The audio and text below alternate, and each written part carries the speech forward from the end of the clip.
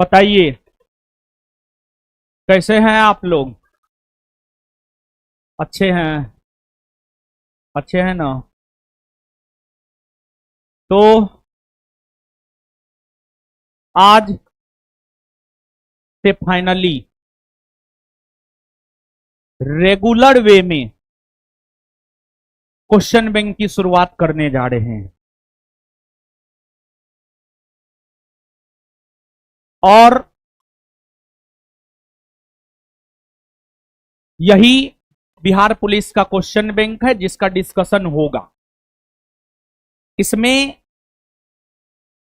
वर्ष 2010 ईस्वी से लेकर 2024 ईस्वी तक बिहार पुलिस के जितने भी परीक्षा हुए हैं सभी प्रश्नों का कलेक्शन है। और सबसे बड़ी बात है,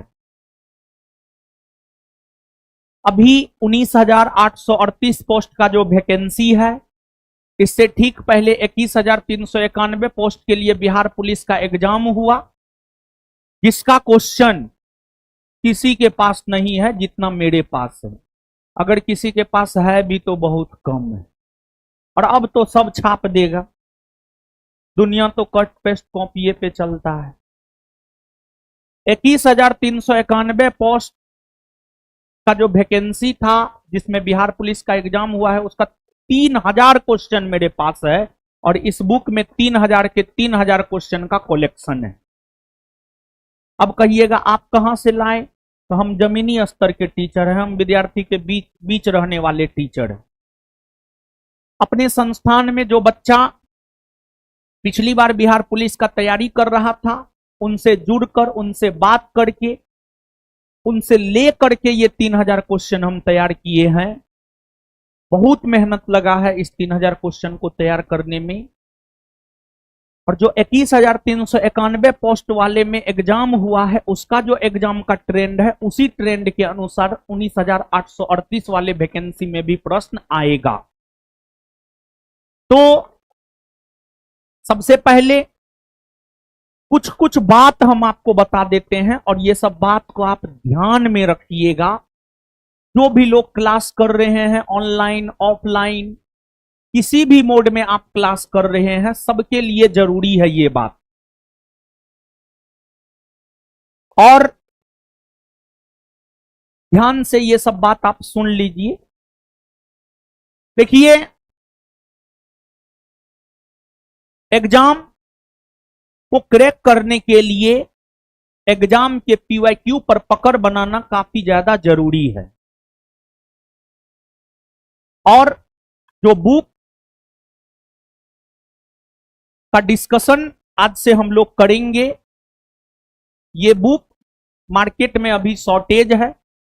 2 से 3 बार हम मार्केट में दिए हैं, लेकिन प्रिंट थोड़ा जो है कम दे रहे थे। 25,000, 30,000, 50,000, मतलब प्रिंट कम दे रहे थे, तो मार्केट में आता था, शॉर्टेज हो जाता था। इस बार 1 लाख प्रिंट मरवाए हैं, 1 लाख पीस प्रिंट मरवाए हैं।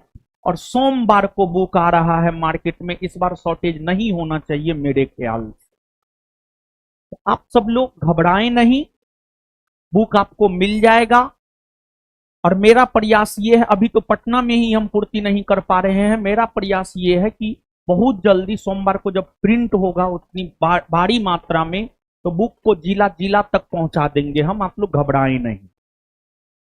अब आगे, और इस एक बुक के बारे में हम आपको बता दें, अभी हम डिस्कशन करवाएंगे।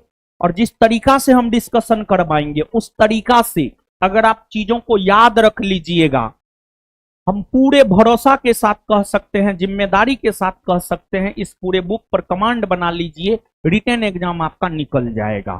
समझ गए। अब कुछ बात आप लोग ध्यान से सुनिए, समझिए। जैसे हम बहुत कुछ करते हैं, हम दिखाते नहीं हैं। जैसे हालिया कुछ एग्जाम्पल हम आपको दे देते हैं। 70वीं मेंस का बैच संस्थान के तरफ से निशुल्क चलाया गया। और मेंस में जीएस फर्स्ट पेपर हो, जीएस सेकेंड पेपर हो, ऐसे हो, हर कुछ में क्वेश्चन लड़ा दिए। उसका प्रमाण संस्थान के टेलीग्राम चैनल पर है, संस्थान के यूट्यूब चैनल पर वीडियो भी है, आप जाकर के वॉच कर सकते हैं। तो आज से बिहार पुलिस की तैयारी करने वाले पूरे बिहार के बच्चा के लिए ये बुक हम लोग फ्री ऑफ कॉस्ट, बिना किसी शुल्क का हम आपको डिस्कशन करवाएंगे। लेकिन इसमें कुछ शर्त सब है, कुछ शर्त सब है। जो शर्त सब बता रहे हैं आप ध्यान से सुनिएगा और समझिएगा। देखिए बाबू, फ्री में है तो इसका ये मतलब नहीं है कुछ भी नहीं। हमारे फ्री का मतलब ये होता पूरा जेन्युइन, समझ गए। और बुक को अच्छे से करवाएंगे। और बिहार बीपीएससी को लेकर हम बता ही दिए हैं, बीपीएससी मेंस को लेकर बताते फ्री में कोर्स चलाए। जो लोग पैसा लेकर के जितना क्वेश्चन नहीं लड़ाए उससे ज्यादा क्वेश्चन हम फ्री में पढ़ा करके बीपीएससी 70वीं मेंस में लड़ा दिए हैं। फिर उसके बाद बिहार एसआई में 2018 से ही हम ये कर रहे हैं।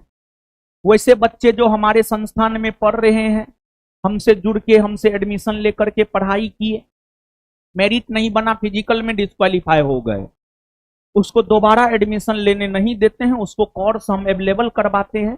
यूट्यूब सब पे वीडियो होगा, आप देख लीजिएगा।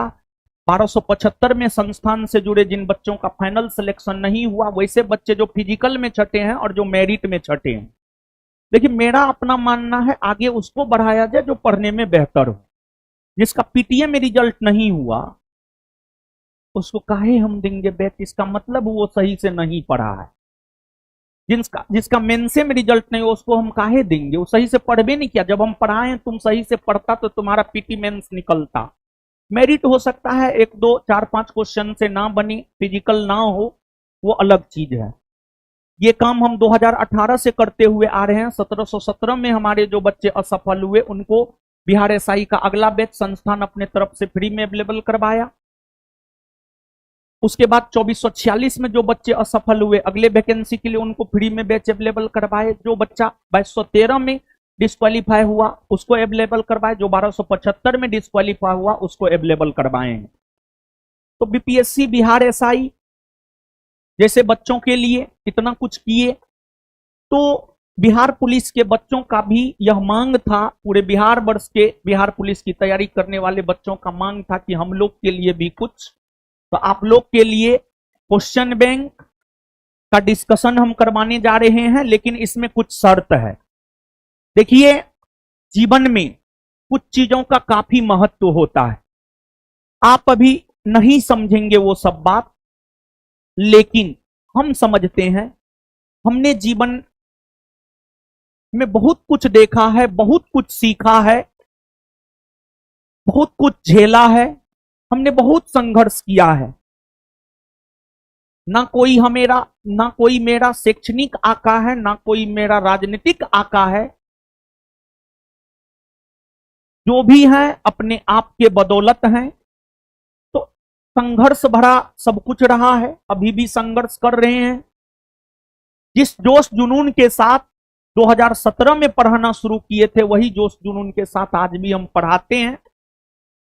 कुछ शर्त है, जिस शर्त को आप लोग ध्यान से सुनिएगा। जीवन में सफल होने के लिए अनुशासन का होना बहुत ज्यादा जरूरी है।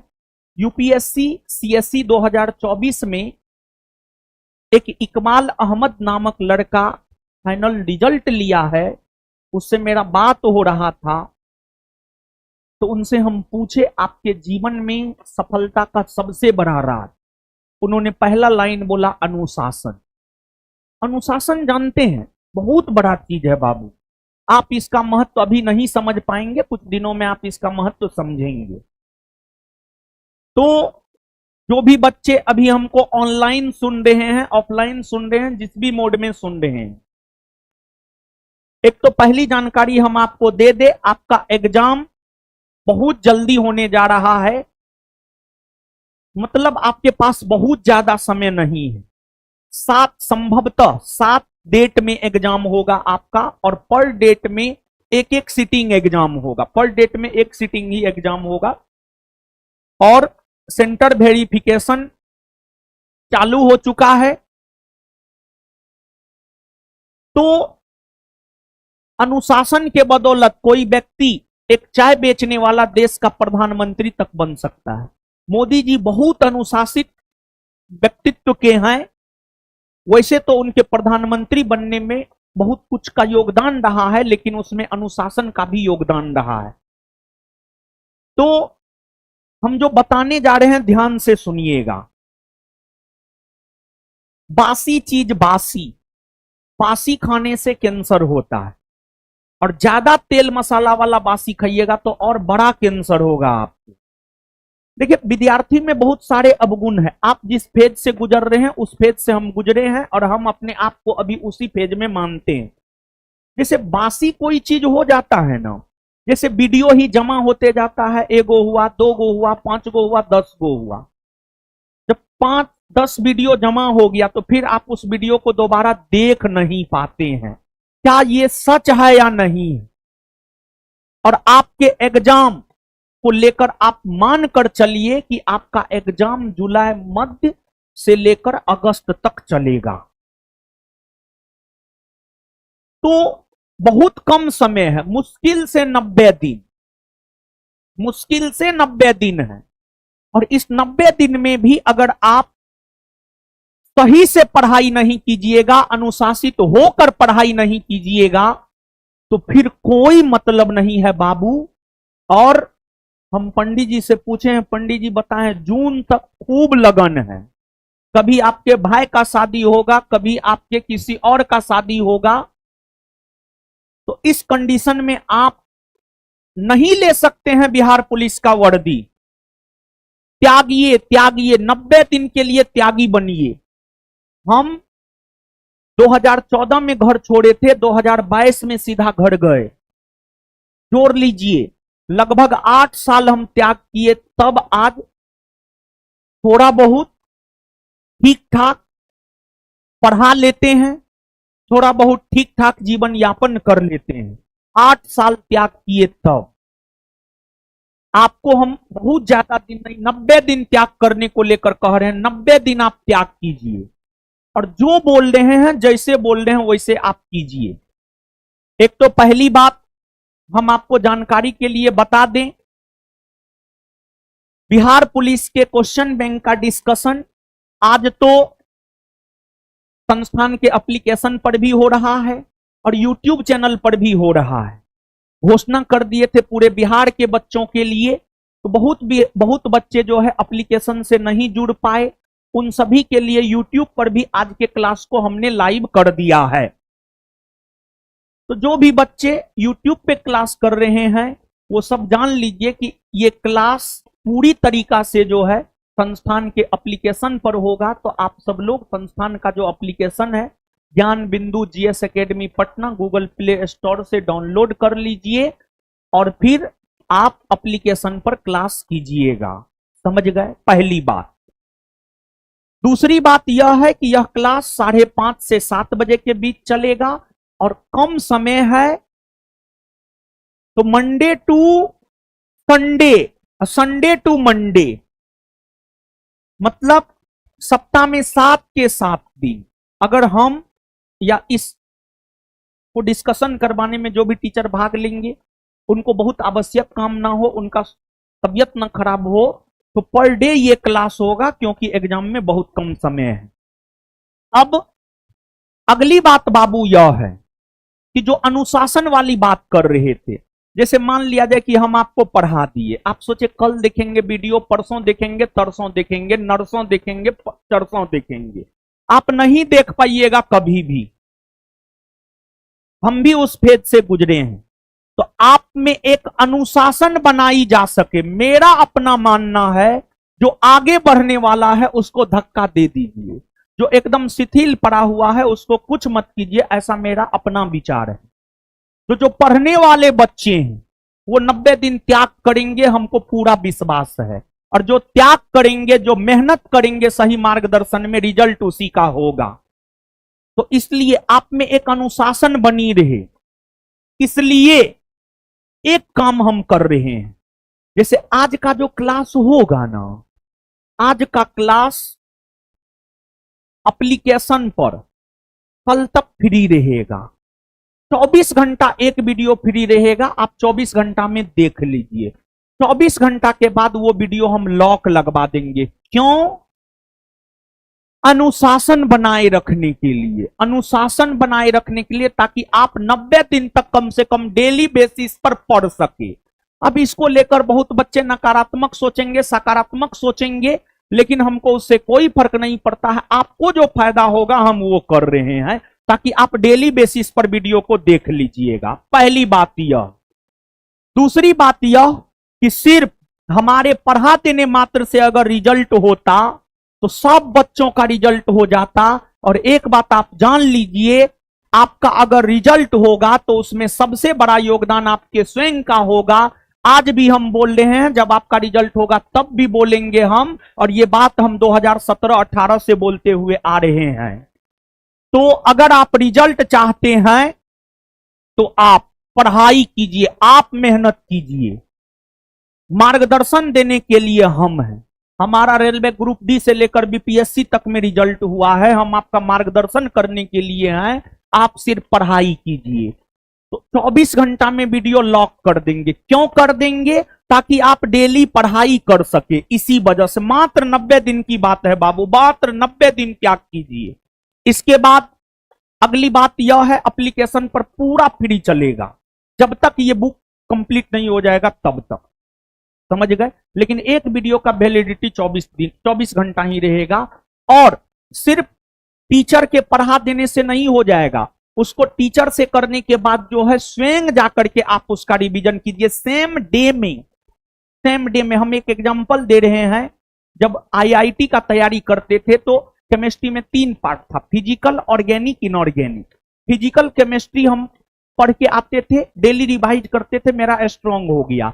ऑर्गेनिक इनऑर्गेनिक को इग्नोर कर देते थे, मेरा स्ट्रांग नहीं हुआ, जिस वजह से आईआईटी जैसे एग्जाम हमसे निकला भी नहीं। तो सेम डे में बाबू रिवीजन कीजिए, सेम डे में। तो ये सब जानकारी हो गया। अब अगर आपका कोई सुझाव है तो आप कमेंट कीजिएगा, उस अनुसार हम काम करेंगे। हम आपसे भी सीखते हैं। तो ये सब सूचना हो गया, सब कुछ हम दे रहे हैं आपको।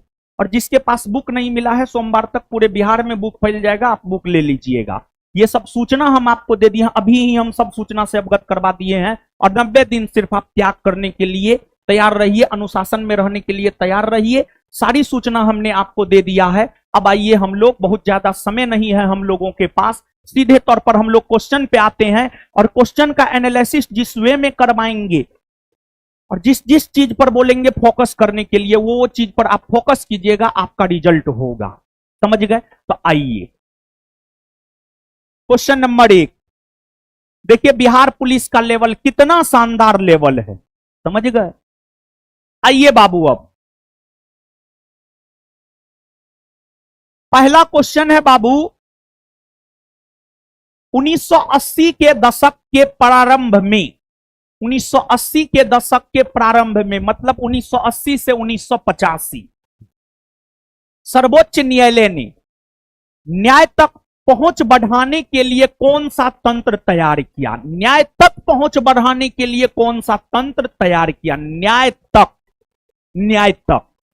इस क्वेश्चन की अगर हम बात करें तो इस क्वेश्चन का एक कीवर्ड है सर्वोच्च न्यायालय, दूसरा कीवर्ड है न्याय तक, न्याय तक, और तीसरा कीवर्ड है तंत्र।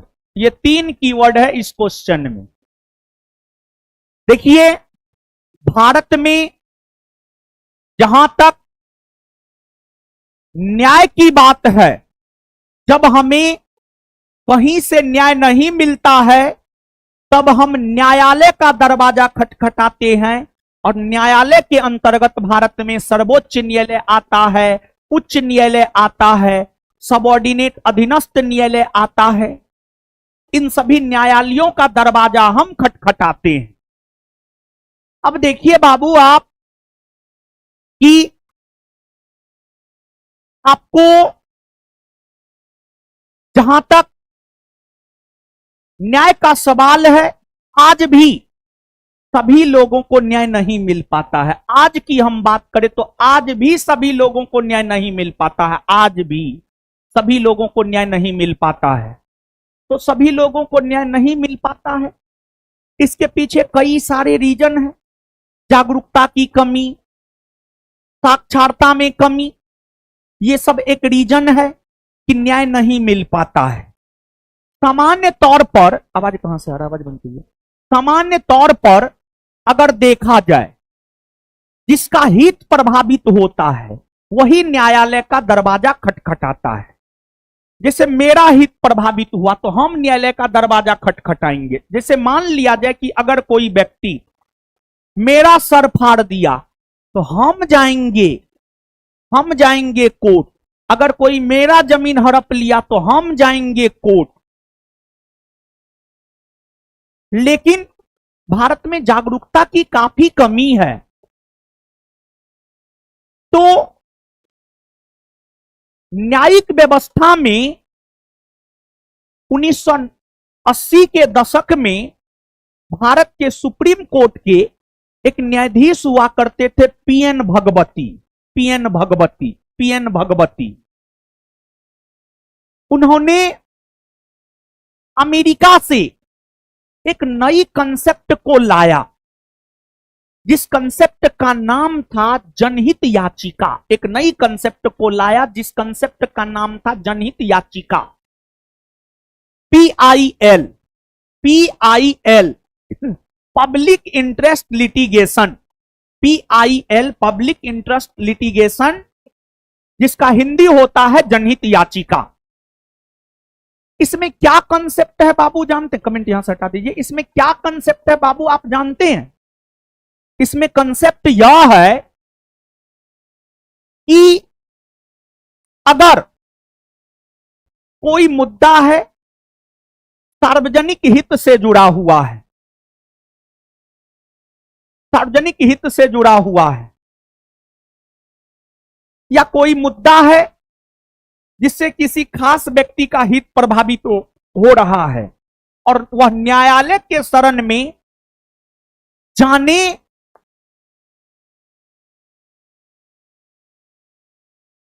हेतु वह न्यायालय के शरण में नहीं जा सकता है, वह न्यायालय के शरण में नहीं जा सकता है। आर्थिक तौर पर कमजोर होने के वजह से, जागरूकता की कमी के वजह से, तो उस कंडीशन में उसके लिए कोई दूसरा व्यक्ति न्यायालय का दरवाजा खटखटा सकता है। या फिर अगर कोई सार्वजनिक हित से संबंधित मुद्दा है जो न्यूज़पेपर में छपा, वीडियो वायरल हुआ, तो न्यायपालिका स्वयं उस मुद्दा को उठा लेता है। न्यायपालिका स्वयं उस मुद्दा को उठाने का काम करता है। जैसे किसान आंदोलन के दौरान एक केंद्रीय मंत्री का बेटा जो है किसानों पर गाड़ी चढ़ा दिया था, वीडियो वायरल हुआ, न्यायपालिका ने स्वयं उस मामला को न्यायालय में उठा करके उसको लेकर सुनवाई करने का काम किया। यही तो जनहित याचिका है। और जनहित याचिका है क्या, अगर आप नहीं समझे तो फिर से समझिए। जैसे हमारा हित प्रभावित हुआ, हम आर्थिक तौर पर कमजोर है, जागरूक ना है, आप में से कोई भी चाहते हैं कि नहीं सर को तो न्याय मिलना चाहिए, तो आप मेरे मामला को कोर्ट में उठा सकते हैं। यही है जनहित याचिका। तो इससे थोड़ा आप सोचिए, अगर हम न्यायालय नहीं जा रहे हैं, आप मेरे लिए न्यायालय जा रहे हैं, तो हमको न्याय मिलेगा या नहीं मिलेगा? एकदम निश्चित तौर पर न्याय मिलेगा। और इसकी अवधारणा भारतीय न्यायिक प्रणाली में लागू 1980 के दशक में हुआ है। और इसको लागू करने में भारत के सुप्रीम कोर्ट के न्यायाधीश पीएन भगवती का महत्वपूर्ण योगदान है। और इसी वजह से पीएन भगवती को भारत में जनहित याचिका का जनक माना जाता है। और जनहित याचिका संबंधी प्रावधान भारतीय न्यायिक प्रणाली में अमेरिका से लिया गया है। तो अब आप क्वेश्चन का डिस्कशन बाबू पढ़िएगा, तो वहां पर दो बात, एक तो इस प्रश्न का उत्तर हो जाएगा जनहित याचिका क्या आप समझे हैं, हां या ना? समझ गए हैं ना? अब उस डिस्कशन को जब आप पढ़ेंगे तो दो बात पे फोकस करना है बाबू। एक बात यह कि भारत में जनहित याचिका का जनक किसे माना जाता है, तो पीएन भगवती। किसे माना जाता है, उसको हाईलाइट कर लीजिएगा। भारत में जनहित याचिका का जनक पीएन भगवती को माना जाता है। और दूसरी बात यह कि भारत में जनहित याचिका संबंधी प्रावधान किस देश से लिए गए हैं, तो भारत में जनहित याचिका संबंधी प्रावधान लिए गए हैं अमेरिका से। कहां से लिए गए हैं, अमेरिका से लिए गए। इतना बात बाबू समझ में आया। इसके बाद अब हम लोग आ जाते हैं क्वेश्चन नंबर 2 पे। क्वेश्चन नंबर 2 कह रहा है, किसी भी देश में कानून बनाने का अंतिम अधिकार किसके पास होता है, संसद, सर्वोच्च न्यायालय, निर्वाचन आयोग, उपराष्ट्रपति। तो देखिए ध्यान दीजिएगा बाबू, यहां पर किसी भी देश बस ऐसे फंसाने के लिए दिया गया है, जबकि यहां पर किसी भी देश का मतलब समझना है भारत। किसी भी देश का मतलब बाबू क्या समझना है, भारत। तो आपसे यह पूछा जा रहा है, भारत में कानून का निर्माण करने वाली सबसे बड़ी संस्था कौन है। और इस प्रश्न के बारे में हम आपको बता दें, बिहार एसआई एक्साइज 126 पोस्ट का यह पूछा हुआ क्वेश्चन है, समझ गए। तो भारत के भीतर अगर देखा जाए तो कानून का निर्माण करने वाली सबसे बड़ी संस्था है संसद। सबसे बड़ी संस्था कौन है, संसद, यानी अंग्रेजी में पार्लियामेंट। अगर बाबू हम लोग संसद की बात करें तो संसद की चर्चा भारतीय संविधान के अनुच्छेद 79 में है। अनुच्छेद 79 यह कहता है, राष्ट्रपति, लोकसभा, राज्यसभा को मिलाकर संसद का गठन होता है। तो संसद के अंतर्गत राष्ट्रपति आते हैं, लोकसभा आता है, राज्यसभा आता है। संसद के अंतर्गत लोकसभा और राज्यसभा जो है, संसद का 2 हाउस है, संसद का 2 सदन है, संसद का 2 सदन है। इसमें राज्यसभा की चर्चा अनुच्छेद 80 में है और लोकसभा की चर्चा अनुच्छेद 81 में है। और यह दोनों सदन को अगर हम लोग देखें तो राज्यसभा जिसकी चर्चा अनुच्छेद 80 में है, वह एक अस्थायी सदन है। उसमें सदस्यों की संख्या अधिकतम 250 है, लेकिन वर्तमान में 245 सदस्य ही हैं। 245 सदस्य में से 233 सदस्य निर्वाचित होते हैं और 12 सदस्य राष्ट्रपति द्वारा मनोनीत होते हैं साहित्य, कला, विज्ञान, समाज सेवा के क्षेत्र से।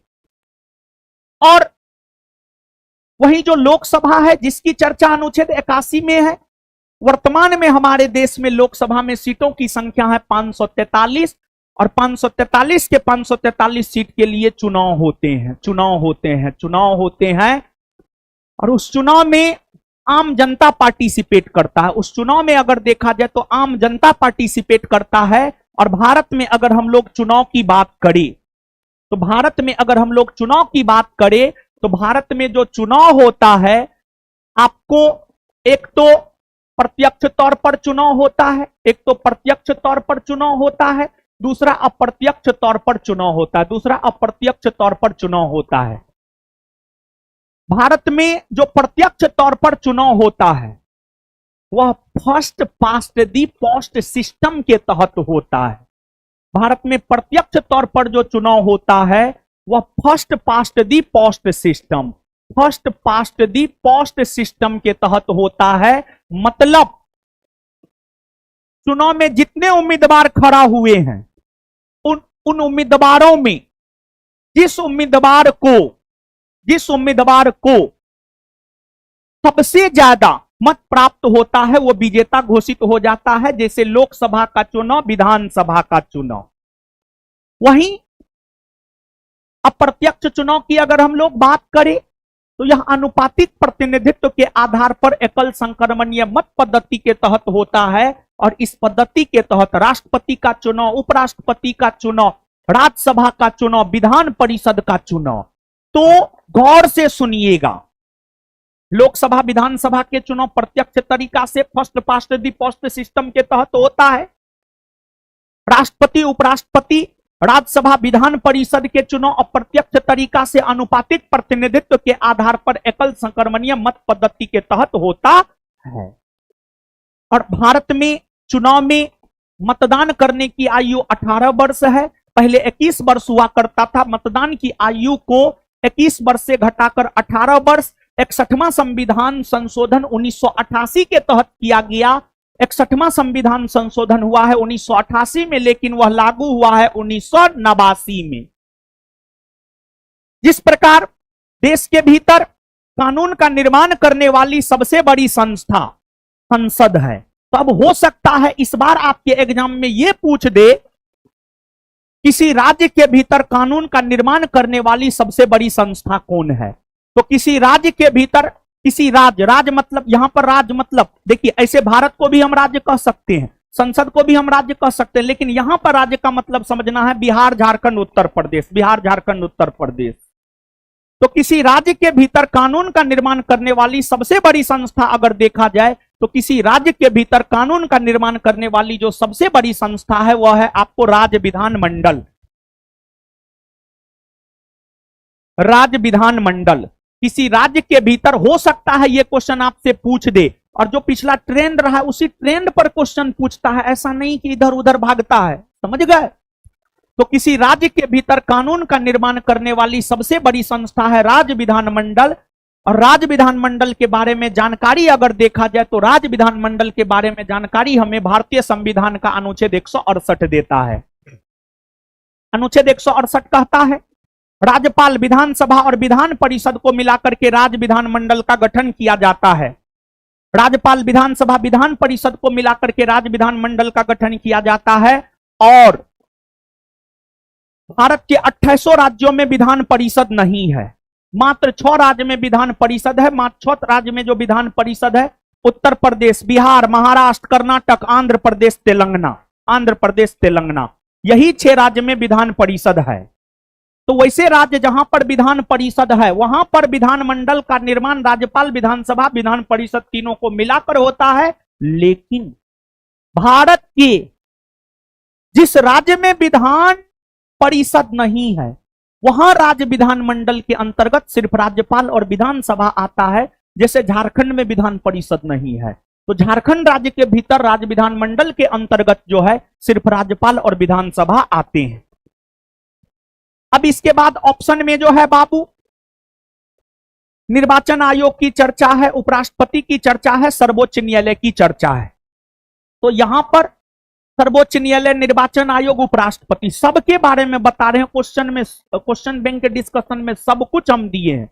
हम इसे थोड़े बोल दिए हैं इस एक मात्र बुक से एग्जाम निकल जाएगा, उतना कंटेंट हम इसमें दिए हैं, उस आधार पे हम बोले हैं, समझ गए। तो अब यहां पर बाबू आप समझिएगा सर्वोच्च न्यायालय, उपराष्ट्रपति और निर्वाचन आयोग। सबसे पहले उपराष्ट्रपति, जहां तक उपराष्ट्रपति का सवाल है, उपराष्ट्रपति भारत के भीतर संवैधानिक पदों में दूसरा सबसे बड़ा संवैधानिक पद है। भारत का दूसरा सर्वोच्च नागरिक उपराष्ट्रपति को माना जाता है और यह पद अमेरिका से लिया गया है। अनुच्छेद 63 यह कहता है भारत का एक उपराष्ट्रपति होगा। अनुच्छेद 64 कहता है उपराष्ट्रपति राज्यसभा का पदेन सभापति होगा, यानी जो उपराष्ट्रपति होगा वही राज्यसभा का सभापतित्व करेगा, जो उपराष्ट्रपति होगा वही राज्यसभा का सभापतित्व करेगा। लेकिन ध्यान रहे उपराष्ट्रपति राज्यसभा का सदस्य होता नहीं, उपराष्ट्रपति का चुनाव होता है और उपराष्ट्रपति के चुनाव में लोकसभा और राज्यसभा के सभी सदस्य भाग लेते हैं। लोकसभा राज्यसभा के सभी सदस्य मिलकर के उपराष्ट्रपति को चुनने का काम करते, उपराष्ट्रपति का चुनाव होता है। उपराष्ट्रपति राज्यसभा के सदस्य नहीं होते हैं लेकिन फिर भी उपराष्ट्रपति राज्यसभा का सभापतित्व करते हैं। मतलब राज्यसभा भारतीय संसदीय परंपरा के अंतर्गत एक सदन, लोकसभा है, एक राज्यसभा है केंद्रीय स्तर पर, फिर राज्य स्तर पर एक विधानसभा है, एक विधान परिषद है। केंद्रीय स्तर पर जो लोकसभा है, लोकसभा की अध्यक्षता लोकसभा का सदस्य ही करता है, लेकिन राज्यसभा एक ऐसा सदन है जिसका सभापतित्व उसके सदस्य नहीं करते हैं। आपसे पूछा जाता है यह प्रश्न, बहुत महत्वपूर्ण क्वेश्चन है, कौन ऐसा सदन है जिसका सभापतित्व उसके सदस्य नहीं करते हैं? तो राज्यसभा। फिर राज्य स्तर पर विधानसभा, विधान परिषद है। विधानसभा और विधान परिषद की अध्यक्षता और सभापतित्व विधान परिषद और विधानसभा की अध्यक्षता और सभापतित्व, विधानसभा की अध्यक्षता विधानसभा के सदस्य करते हैं, विधान परिषद का सभापतित्व उसके सदस्य ही करते हैं। अब अनुच्छेद 64 के बाद अनुच्छेद 65, ये आपके बिहार एसआई में पूछा हुआ है, हो सकता है इस बार बिहार पुलिस में पूछ दे। अनुच्छेद 65 यह कहता है कि अगर राष्ट्रपति का पद खाली हो तो उपराष्ट्रपति राष्ट्रपति के तौर पर काम करेंगे। अगर राष्ट्रपति का पद खाली हो तो उपराष्ट्रपति राष्ट्रपति के तौर पर काम करेंगे। अगर राष्ट्रपति का पद खाली हो तो उपराष्ट्रपति राष्ट्रपति के तौर पर काम करेंगे। यह बात अनुच्छेद 65 कहता है, अनुच्छेद 65 कहता है, 65। और अगर राष्ट्रपति उपराष्ट्रपति दोनों पद खाली हो तो भारत के सुप्रीम कोर्ट के मुख्य न्यायाधीश भारत के राष्ट्रपति के तौर पर काम करेंगे। और अगर राष्ट्रपति उपराष्ट्रपति सुप्रीम कोर्ट के मुख्य न्यायाधीश का भी पद खाली हो तो सुप्रीम कोर्ट के वरिष्ठतम न्यायाधीश भारत के राष्ट्रपति के तौर पर काम करेंगे, कार्यवाहक राष्ट्रपति के तौर पर काम करेंगे। और आज तक भारतीय इतिहास में सुप्रीम कोर्ट के एक मुख्य न्यायाधीश हुए हैं मोहम्मद हिदायतुल्लाह। सुप्रीम कोर्ट के एक मुख्य न्यायाधीश हुए मोहम्मद हिदायतुल्लाह, जो 1969 ईस्वी में कुछ दिनों तक भारत के कार्यवाहक राष्ट्रपति के तौर पर काम किया था। और मोहम्मद हिदायतुल्लाह भारत के कार्यवाहक राष्ट्रपति के तौर पर भी काम किए हैं और पूर्णकालिक उपराष्ट्रपति के तौर पर पूरे 5 वर्षों तक रहे हैं और सुप्रीम कोर्ट के मुख्य न्यायाधीश के पद पर भी रहे हैं। यानी मोहम्मद हिदायतुल्लाह सुप्रीम कोर्ट के मुख्य न्यायाधीश भी रहे हैं, कार्यवाहक राष्ट्रपति भी रहे हैं और उपराष्ट्रपति भी रहे हैं। इसके बाद जहां तक उपराष्ट्रपति का सवाल है, उपराष्ट्रपति के निर्वाचन सबको लेकर जानकारी अनुच्छेद 66 देता है। उपराष्ट्रपति का निर्वाचन होता है, उन्हें शपथ राष्ट्रपति दिलाता है और अगर उन्हें त्यागपत्र देना है तो वो त्यागपत्र राष्ट्रपति को देते हैं। और अगर उपराष्ट्रपति को पद से हटाना हो तो उपराष्ट्रपति को पद से हटाने संबंधी प्रक्रिया की शुरुआत राज्यसभा में ही होती है। और उपराष्ट्रपति को उपराष्ट्रपति के तौर पर वेतन नहीं मिलता है, बल्कि उपराष्ट्रपति को राज्यसभा के सभापति के रूप में वेतन मिलता है, राज्यसभा के सभापति के रूप में वेतन मिलता है। इसके बाद निर्वाचन आयोग, जहां तक निर्वाचन आयोग का बाबू सवाल है, निर्वाचन आयोग की चर्चा भारतीय संविधान के भाग 15 में अनुच्छेद 324 से 329 के बीच में है। अनुच्छेद 324 से 329 के बीच में है। निर्वाचन आयोग एक संवैधानिक आयोग है क्योंकि भारतीय संविधान का अनुच्छेद 324 स्पष्ट तौर पर यह बात कहता है कि भारत का एक निर्वाचन आयोग होगा और भारत का जो निर्वाचन आयोग होता है वह चुनाव करवाता है, राष्ट्रपति का, उपराष्ट्रपति का, लोकसभा का, राज्यसभा का, विधानसभा का, विधान परिषद का चुनाव करवाता है। लेकिन ध्यान रहे, पंचायती राज और नगर पालिका के लिए जो चुनाव होता है वह भारत का निर्वाचन आयोग नहीं करवाता है, बल्कि राज्य निर्वाचन आयोग करवाता है, जिस राज्य निर्वाचन आयोग की चर्चा भारतीय संविधान के अनुच्छेद 243 आई में है। और निर्वाचन आयोग का काम मुख्य तौर पर चुनाव करवाना होता है, लेकिन ऐसा नहीं है कि निर्वाचन आयोग का काम सिर्फ चुनाव करवाना ही होता है।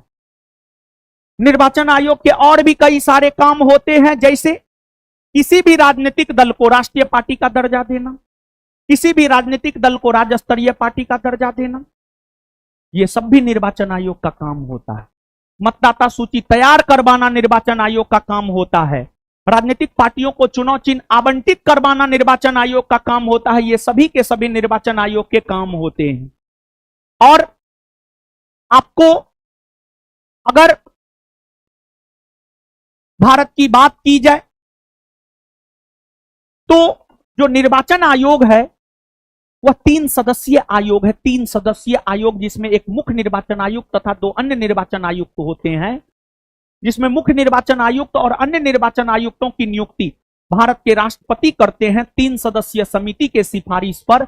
और आपको जो 3 सदस्यीय समिति के सिफारिश पर करते हैं उसमें प्रधानमंत्री होते हैं, प्रधानमंत्री द्वारा नाम निर्दिष्ट कोई एक कैबिनेट मंत्री होता है और लोकसभा में विपक्ष का नेता होता है।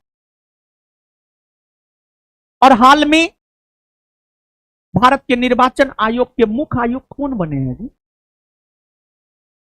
सब गायब हैं। क्या ज्ञानेश कुमार बने हैं? ज्ञानेश कुमार बने, एकदम सब गायब है, एकदम निपले पोथल है। सच में आप लोग बिहार पुलिस वाले हैं। आगे सर्वोच्च न्यायालय, जहां तक सर्वोच्च न्यायालय का सवाल है, सर्वोच्च न्यायालय की चर्चा भारतीय संविधान के अनुच्छेद 124 में है। अनुच्छेद 124 कहता है भारत का एक सर्वोच्च न्यायालय होगा, और जो सर्वोच्च न्यायालय होता है, सर्वोच्च न्यायालय का जहां तक सवाल है, सर्वोच्च न्यायालय का गठन 1950 ईस्वी में हुआ है, और जब इसका गठन हुआ था तो इसमें 8 न्यायाधीश थे, 7 गो अन्य न्यायाधीश, एगो मुख्य न्यायाधीश, और वर्तमान में 34 न्यायाधीश है, एक मुख्य न्यायाधीश, 33 गो अन्य न्यायाधीश, 33 गो अन्य न्यायाधीश। और हाल में सर्वोच्च न्यायालय के 52वें मुख्य न्यायाधीश बने हैं बी.आर. गवई। बी.आर. गवई, इससे पहले संजीव खन्ना थे, उससे पहले डी.वाई. चंद्रचूड़ थे। समझ गए?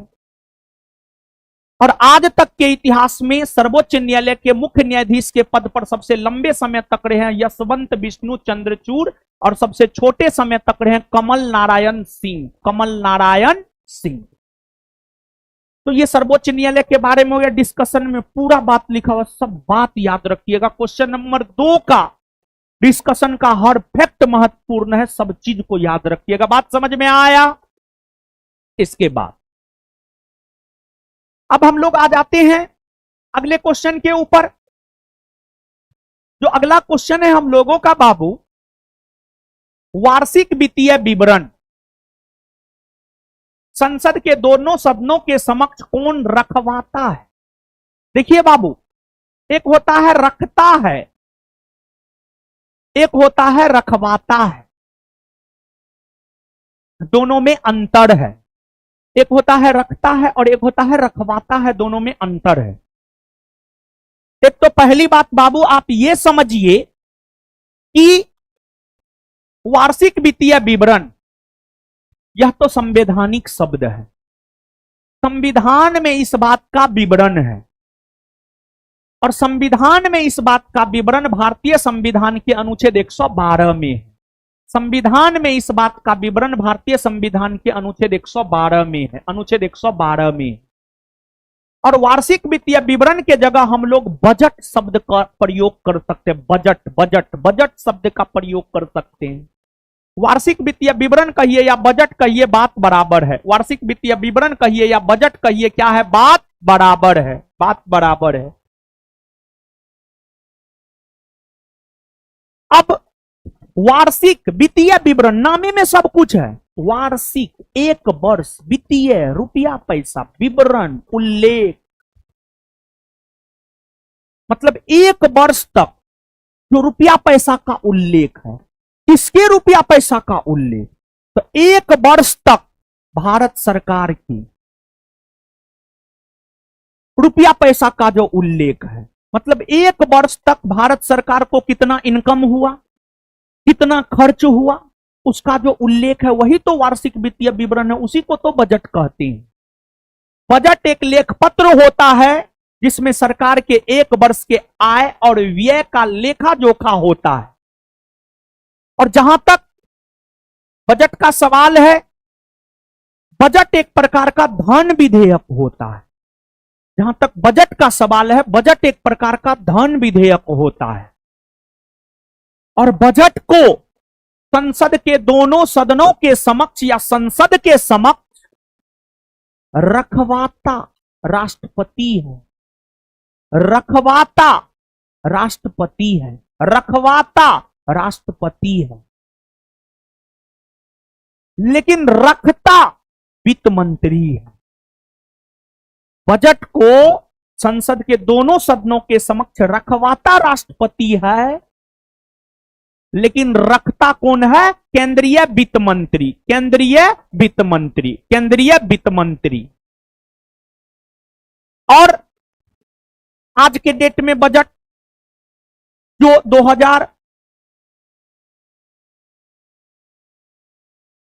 1 फरवरी 2025 को जो बजट आया है वह केंद्रीय वित्त मंत्री निर्मला सीतारमण के द्वारा रखा गया है। रखवाया है राष्ट्रपति श्रीमती द्रौपदी मुर्मू ने। तो इस प्रश्न का उत्तर क्या होना चाहिए बाबू? राष्ट्रपति या वित्त मंत्री? राष्ट्रपति ना, राष्ट्रपति। अब देखिए बजट। भारत में अगर पहली बार बजट देखा जाए तो भारत में पहली बार बजट 1860 ईस्वी में जेम्स विल्सन ने प्रस्तुत किया था और तब से लेकर आज तक बजट पेश होता हुआ आया है। लेकिन बजट पर केंद्रीय विधान परिषद के सदस्यों को बहस करने का अधिकार 1892 के भारत परिषद अधिनियम के तहत मिला और 1909 के भारत शासन अधिनियम के तहत बजट पर मतदान करने का अधिकार मिला और 1919 के भारत शासन अधिनियम के तहत केंद्रीय बजट से राज्य के बजट को अलग कर दिया गया। मतलब यह प्रावधान किया गया कि केंद्र सरकार पूरे देश के लिए एक अलग बजट पेश करेगा और प्रत्येक राज्य सरकार के द्वारा अपना अलग अलग बजट पेश किया जाएगा। और आज देखिए केंद्र में मोदी जी की सरकार है, केंद्र की मोदी सरकार के द्वारा पूरे भारतवर्ष के लिए एक बजट पेश किया जाता है और प्रत्येक राज्य की राज्य सरकार अपना अलग अलग बजट पेश करती है। बिहार सरकार अपना अलग बजट पेश करती है, उत्तर प्रदेश की राज्य सरकार अपना अलग बजट पेश करती है, झारखंड की राज्य सरकार अपना अलग बजट पेश करती है। और आजादी के बाद 1947 के बाद अगर देखा जाए तो 1947 के बाद पहला बजट पेश किया गया था आर.के. शनमुखम सेठी के द्वारा। आर.के. शनमुखम सेठी के द्वारा। आर.के. शनमुखम सेठी के द्वारा। और बाबू आप इस बात को समझिएगा कि जैसे केंद्र सरकार के बजट या वार्षिक वित्तीय विवरण की चर्चा भारतीय संविधान के अनुच्छेद 112 में है, उसी प्रकार राज्य सरकार के बजट की चर्चा भारतीय संविधान के अनुच्छेद 202 में है। राज्य सरकार के बजट की चर्चा अनुच्छेद 202 में है। और एक बात और याद रखिएगा, बजट एक धन विधेयक है और जो धन विधेयक होता है, केंद्र सरकार का धन विधेयक राष्ट्रपति के पूर्व अनुमति से सबसे पहले लोकसभा में आता है। राज्य सरकार का धन विधेयक राज्यपाल के पूर्व अनुमति से सबसे पहले विधानसभा में आता है। बिहार एसआई का यह पूछा हुआ क्वेश्चन है, राज्य सरकार का धन विधेयक किसकी पूर्व अनुमति से विधानसभा में रखा जाता है? तो राज्यपाल की पूर्व अनुमति से। राज्यपाल की पूर्व अनुमति से। इसके बाद बजट को लेकर हमने चर्चा कर दिया। अब प्रधानमंत्री है, वित्त मंत्री है, स्पीकर है। तो सबसे पहले बात करते हैं प्रधानमंत्री की। जहां तक प्रधानमंत्री का सवाल है, एक तो सीधे तौर पर यह प्रश्न पूछा जाता है, प्रधानमंत्री नियुक्त होता है या निर्वाचित? तो प्रधानमंत्री का जहां तक सवाल है, प्रधानमंत्री होते हैं नियुक्त। प्रधानमंत्री क्या होते हैं? नियुक्त। प्रधानमंत्री क्या होते हैं? नियुक्त। भारतीय संविधान के अनुच्छेद 75 को पढ़िए और अनुच्छेद 75 के क्लाउज 1 को पढ़िए। जब आप अनुच्छेद 75 के क्लाउज 1 को पढ़ेंगे तो अनुच्छेद 75 का क्लाउज 1 यह कहता है कि प्रधानमंत्री को नियुक्त राष्ट्रपति करेंगे और राष्ट्रपति उस व्यक्ति को प्रधानमंत्री के तौर पर नियुक्त करता है जो लोकसभा के चुनाव में बहुमत प्राप्त दल का नेता होता है। और आज तक जवाहरलाल नेहरू से लेकर नरेंद्र मोदी तक जितने प्रधानमंत्री हुए हैं, उन सभी प्रधानमंत्रियों में देखा जाए तो प्रधानमंत्री के रूप में सबसे लंबा कार्यकाल पंडित जवाहरलाल नेहरू का रहा है। और सभी प्रधानमंत्रियों में अगर देखा जाए, 3 ऐसे प्रधानमंत्री हैं जिनका पद पर रहते हुए निधन हो गया है, पंडित जवाहरलाल नेहरू, लाल बहादुर शास्त्री और इंदिरा गांधी। इसमें लाल बहादुर शास्त्री का निधन देश से बाहर हुआ है, भारत के बाहर हुआ है। और आज तक के सभी प्रधानमंत्रियों में सबसे अधिक उम्र में प्रधानमंत्री बनने का रिकॉर्ड मोरारजी देसाई के नाम दर्ज है और सबसे कम उम्र में प्रधानमंत्री बनने का रिकॉर्ड राजीव गांधी के नाम दर्ज है। तथा भारत में 6 ऐसे प्रधानमंत्री हैं जो प्रधानमंत्री बनने के पहले मुख्यमंत्री रहे हैं किसी न किसी राज्य के। नरेंद्र मोदी प्रधानमंत्री बनने के पहले गुजरात के मुख्यमंत्री, एचडी देवगौड़ा प्रधानमंत्री बनने के पहले कर्नाटक के मुख्यमंत्री, पीवी नरसिम्हा राव प्रधानमंत्री बनने से पहले आंध्र प्रदेश के मुख्यमंत्री, विश्वनाथ प्रताप सिंह प्रधानमंत्री बनने से पहले उत्तर प्रदेश के मुख्यमंत्री, चौधरी चरण सिंह प्रधानमंत्री बनने से पहले उत्तर प्रदेश के मुख्यमंत्री, मोरारजी देसाई प्रधानमंत्री बनने से पहले मुंबई प्रांत के मुख्यमंत्री।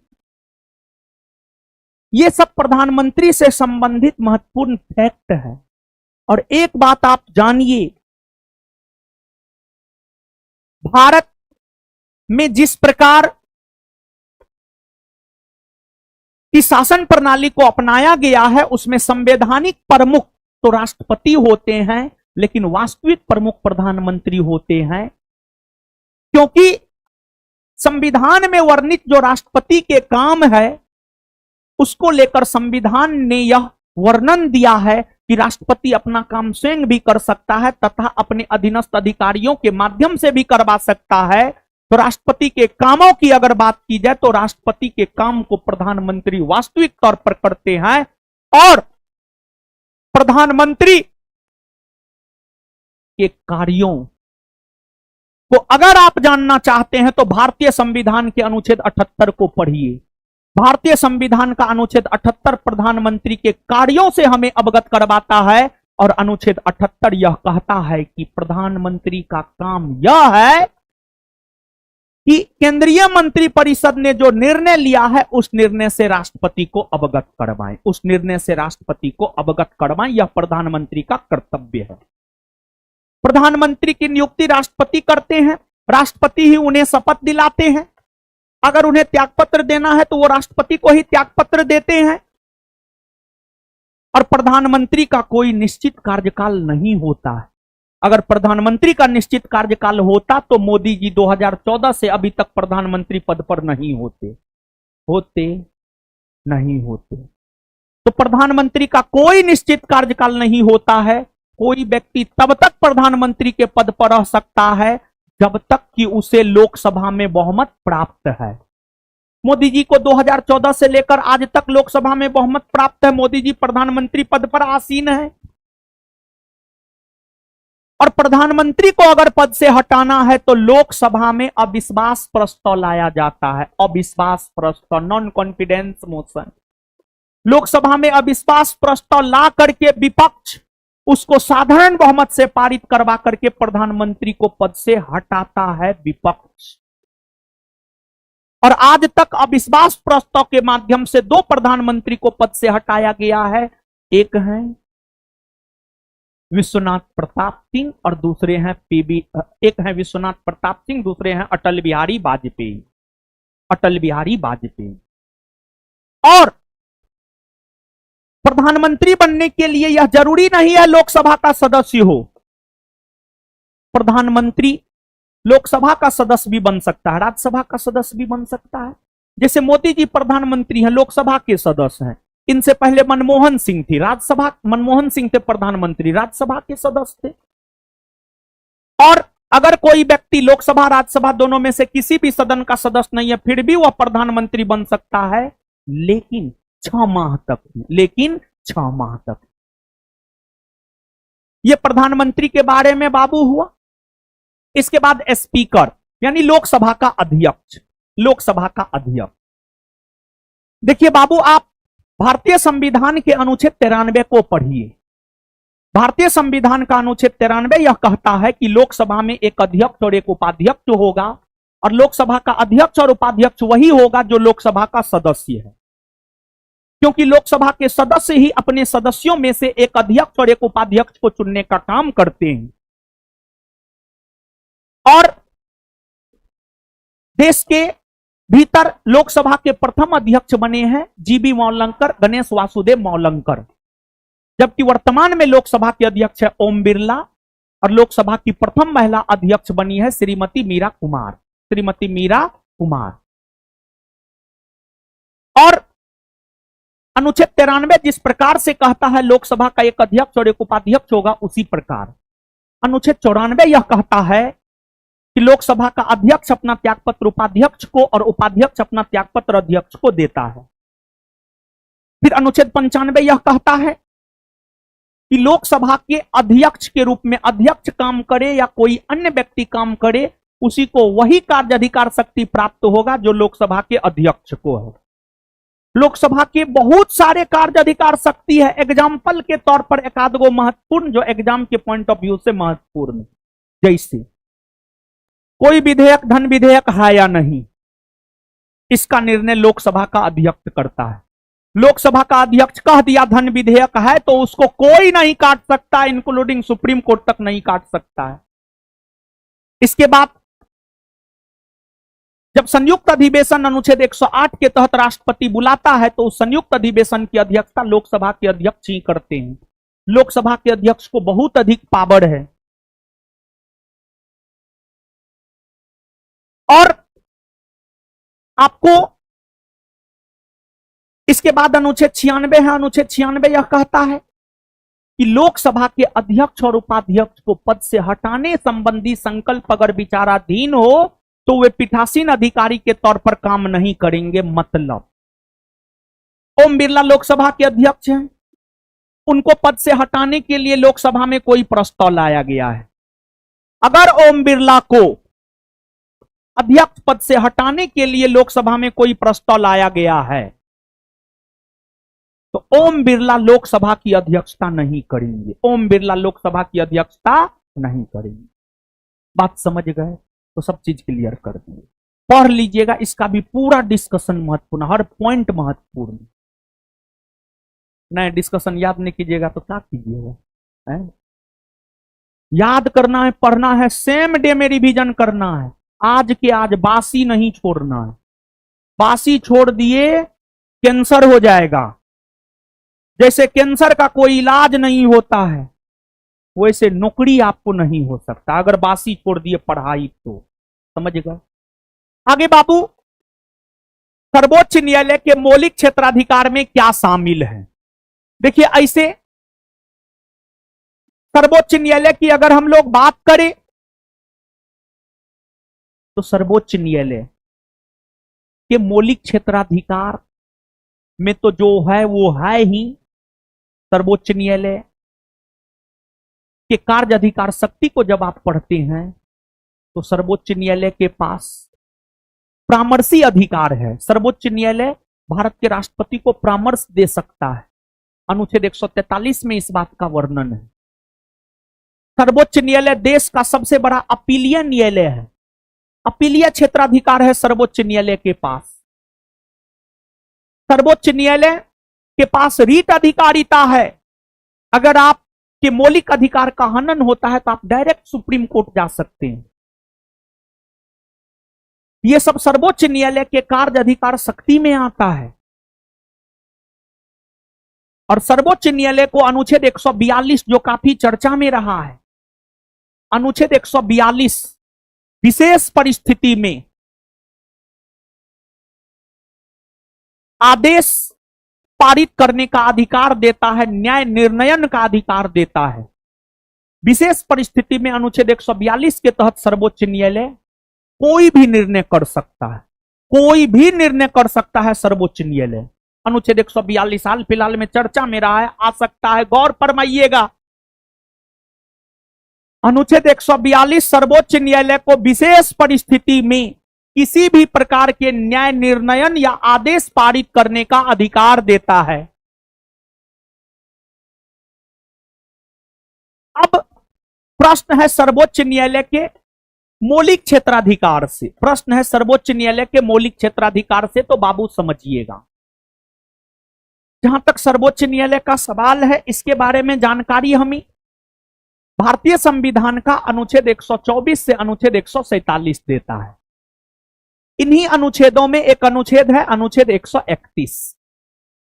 अनुच्छेद 131, अनुच्छेद 131।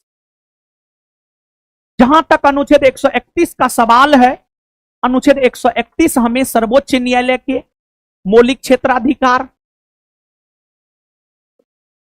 मौलिक क्षेत्राधिकार या मूल क्षेत्राधिकार मौलिक क्षेत्राधिकार या मूल क्षेत्राधिकार, मूल क्षेत्राधिकार या प्रारंभिक क्षेत्राधिकार, या प्रारंभिक क्षेत्राधिकार, या प्रारंभिक क्षेत्राधिकार, प्रारंभिक क्षेत्राधिकार। जैसे आपका नाम गोलू, मोलू, टोनू, सोनू जो भी है, अगर घर में छोटे हैं तो छोटू कह के बुलाया जाता है। ऐसा होता है। एक ही व्यक्ति के एक से अधिक नाम होते हैं, ऐसा होता है। जैसे मेरा ही 2 नाम है। जैसे हमारे गांव में चल जाइएगा, कहिएगा रोशन आनंद, कोई नहीं बता पाएगा। कहिएगा बाबू साहब जो पटना में पढ़ाता है, सब बता देगा, हाँ उसका घर हुआ है।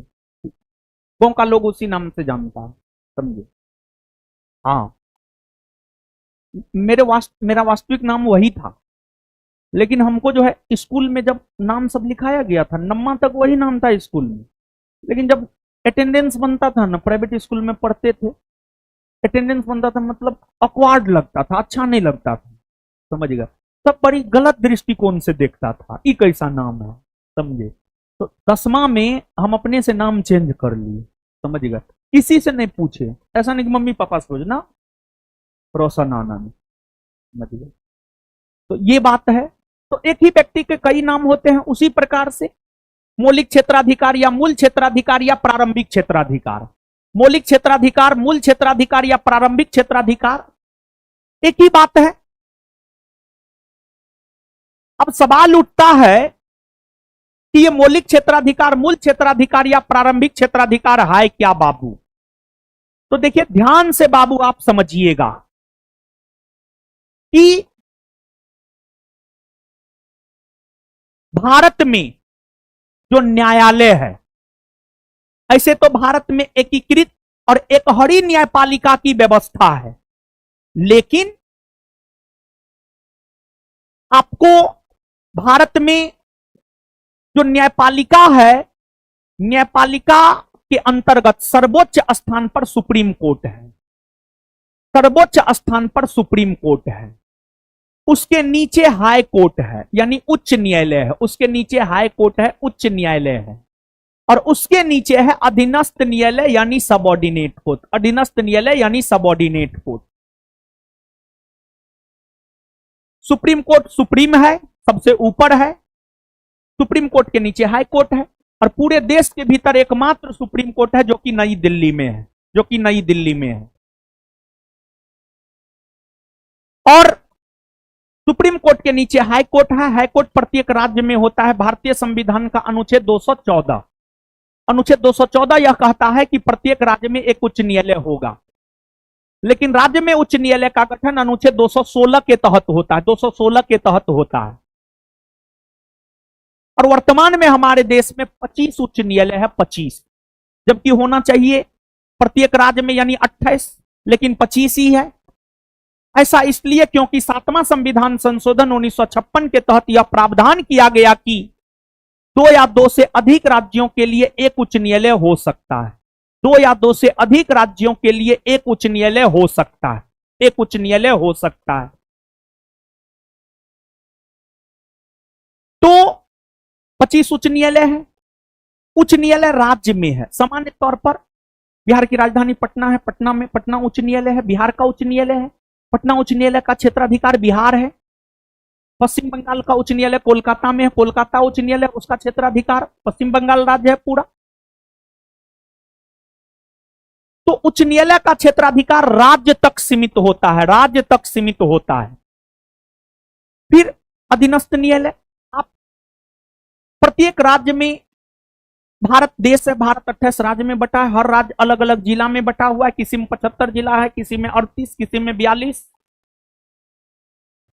हर राज्य में अलग अलग जिला की संख्या है। तो जिला में जो न्यायालय होता है उसको आप अधीनस्थ न्यायालय कह सकते हैं। सामान्य तौर पर कोई भी मामला सबसे पहले अधीनस्थ न्यायालय में जाता है। अधीनस्थ न्यायालय के निर्णय से अगर आप संतुष्ट नहीं है तो उच्च न्यायालय जाइए, फिर उच्च न्यायालय के निर्णय से आप संतुष्ट नहीं है तो आप सुप्रीम कोर्ट जाइए, आप सुप्रीम कोर्ट जाइए। ये एक न्यायिक प्रक्रिया है, इससे आपको गुजरना होगा। लेकिन कुछ मामले ऐसे होते हैं जिसको लेकर के आप सीधे सुप्रीम कोर्ट जा सकते हैं, या जिसको लेकर के आप सीधे हाई कोर्ट जा सकते हैं, सीधे हाई कोर्ट जा सकते हैं। वैसे मामले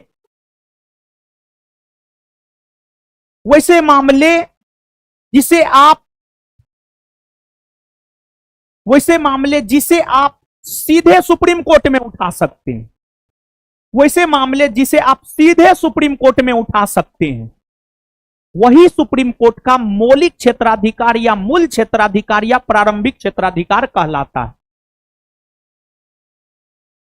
जिसकी चर्चा अनुच्छेद 131 में। अनुच्छेद 131 के अकॉर्डिंग अगर हम लोग देखें, 3 ऐसे मामले हैं जो सुप्रीम कोर्ट के मौलिक क्षेत्राधिकार या मूल क्षेत्राधिकार या प्रारंभिक क्षेत्राधिकार में आता है। एक है अगर 2 या 2 से अधिक राज्यों के बीच विवाद होता है, अगर 2 या 2 से अधिक राज्यों के बीच विवाद होता है, अगर 2 या 2 से अधिक राज्यों के बीच विवाद होता है, बिहार झारखंड के बीच विवाद हो गया, तो इसको आप सीधे कहां उठा सकते हैं पता है? इसको आप सीधे सुप्रीम कोर्ट लेकर जा सकते हैं, सीधे सुप्रीम कोर्ट लेकर के जा सकते हैं। यह सुप्रीम कोर्ट के प्रारंभिक क्षेत्राधिकार या मूल क्षेत्राधिकार या मौलिक क्षेत्राधिकार में आता है। इसके बाद दूसरा, अगर केंद्र सरकार और राज्य सरकार के बीच विवाद हो, मान लिया जाए बिहार की नीतीश सरकार और केंद्र की मोदी सरकार के बीच विवाद हो गया,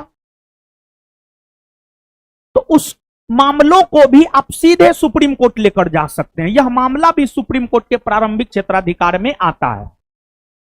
फिर तीसरा, अगर केंद्र सरकार और 2 या 2 से अधिक राज्यों के बीच विवाद हो, अगर केंद्र सरकार और 2 या 2 से अधिक राज्यों के बीच विवाद हो, एक तरफ केंद्र सरकार है, एक तरफ बिहार झारखंड उत्तर प्रदेश की सरकार है, ये तीनों ऐसे मामले होते हैं जिसे सीधे तौर पर आप सुप्रीम कोर्ट में उठा सकते हैं।